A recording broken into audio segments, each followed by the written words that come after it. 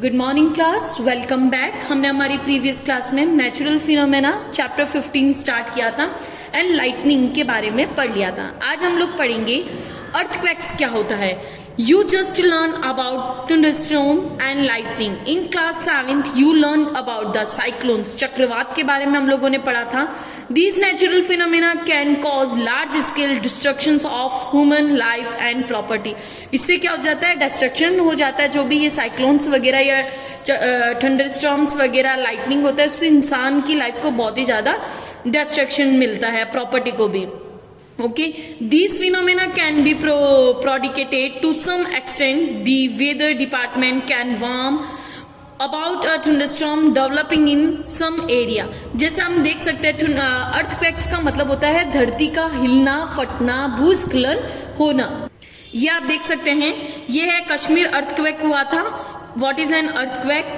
An earthquake is a sudden shaking or trembling of the earth which lasts for a very short time. बहुत ही कम समय में एक जमीन का हटना, दबना, वो क्या होता है? अर्थक्वेक होता है।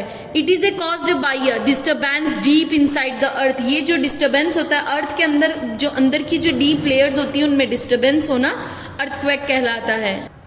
Earthquakes occurs all the time, कभी भी हो सकता है, ऑल ओवर द अर्थ, कहीं पे भी अर्थ में। They are not even noticed, ये नोटिस्ड नहीं होता है। Major earthquakes are much less frequent, बहुत ही कम फ्रीक्वेंट में ये हो जाता है।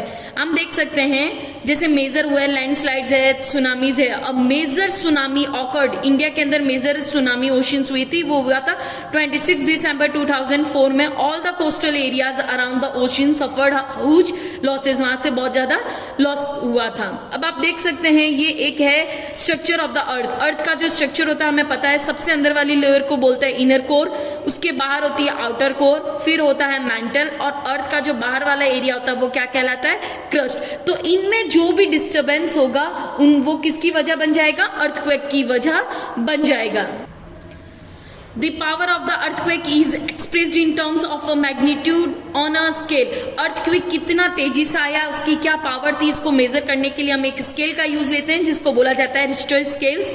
Really destructive earthquakes have magnitudes higher than 7 on the Richter scale. 7 से ज्यादा है तो वो अर्थक्वेक का जो मैग्नीट्यूड्स है वो बहुत ही ज्यादा है। Both Bhuj and Kashmir earthquakes had magnitudes greater than 7.5। जो कश्मीर में या भुज के अंदर जो भी अर्थक्वेक हुआ था उसकी जो मैग्नीट्यूड देखा गया वो कितनी 7.5 से भी ज्यादा थी। तो यानी कि जो रिश्टर स्केल से मेजर किया गया उसकी अर्थक्वेक को, तो वो वहां दोनों ही जगह पे बहुत ही हाई अर्थक्वेक्स हुआ था।